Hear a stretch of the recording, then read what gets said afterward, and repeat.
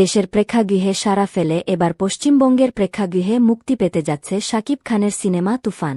আগামী ৫ জুলাই থেকে সেখানকার দর্শক সিনেমাটি দেখতে পাবেন বলে জানিয়েছেন নির্মাতা রায়হান রাফি। হিন্দি ভাষায় সিনেমাটি মুক্তির কথা থাকলেও ৫ তারিখ শুধু কলকাতায় বাংলা ভাষায় মুক্তি পাচ্ছে। ডাবিংয়ের কাজ শেষ করে পুরো ভারত জুড়ে হিন্দি ভাষায় সিনেমাটি মুক্তি দেওয়ার পরিকল্পনা চলছে। রাফি গ্লিটসকে বলেন, আপাতত তুফান কলকাতায় বাংলা ভাষায় মুক্তি পাবে, ৫ তারিখের পরে হিন্দি ভাষায় মুক্তি দেওয়া হবে। ডাবিং শেষ। ডাবিং ছাড়াও তো অনেক কাজ থাকে, সেগুলো রেডি হচ্ছে। খুব তাড়াতাড়ি ভারত জুড়ে মুক্তি দেওয়া হবে। কলকাতায় সিনেমার মার্কেটিং ভালো হচ্ছে জানিয়ে নির্মাতা বলেন, বেশ ভালো প্রচার চলছে।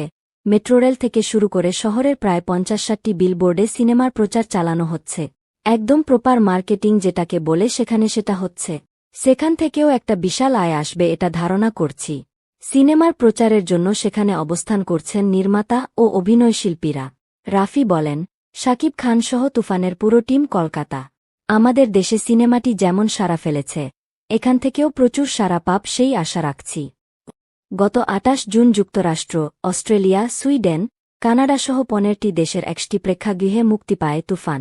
এই সিনেমায় শাকিব খানকে দ্বৈত চরিত্রে দেখা গেছে। ৯০-এর দশকের এক গ্যাংস্টারের জীবনের উত্থানপতনের গল্প নিয়ে তৈরি হয়েছে সিনেমার চিত্রনাট। এ নায়কের বিপরীতে অভিনয় করেছেন ভারতের মিমি চক্রবর্তী ও বাংলাদেশের মাসুমা রহমান নাবিলা। আরও আছেন চঞ্চল চৌধুরী, ফজলুর রহমান বাবু, গাজী রাকায়েত, সালাউদ্দিন লাভলু, গাউসুল আলম শাওনসহ অনেকে। তুফান প্রযোজনা করেছে Alpha Studios limited. Digital partner Chorki ও ইন্টারন্যাশনাল ডিস্ট্রিবিউটর হিসেবে আছে এসভিএফআর। পরিবেশক প্রতিষ্ঠান আলফা আই স্টুডিওস লিমিটেড।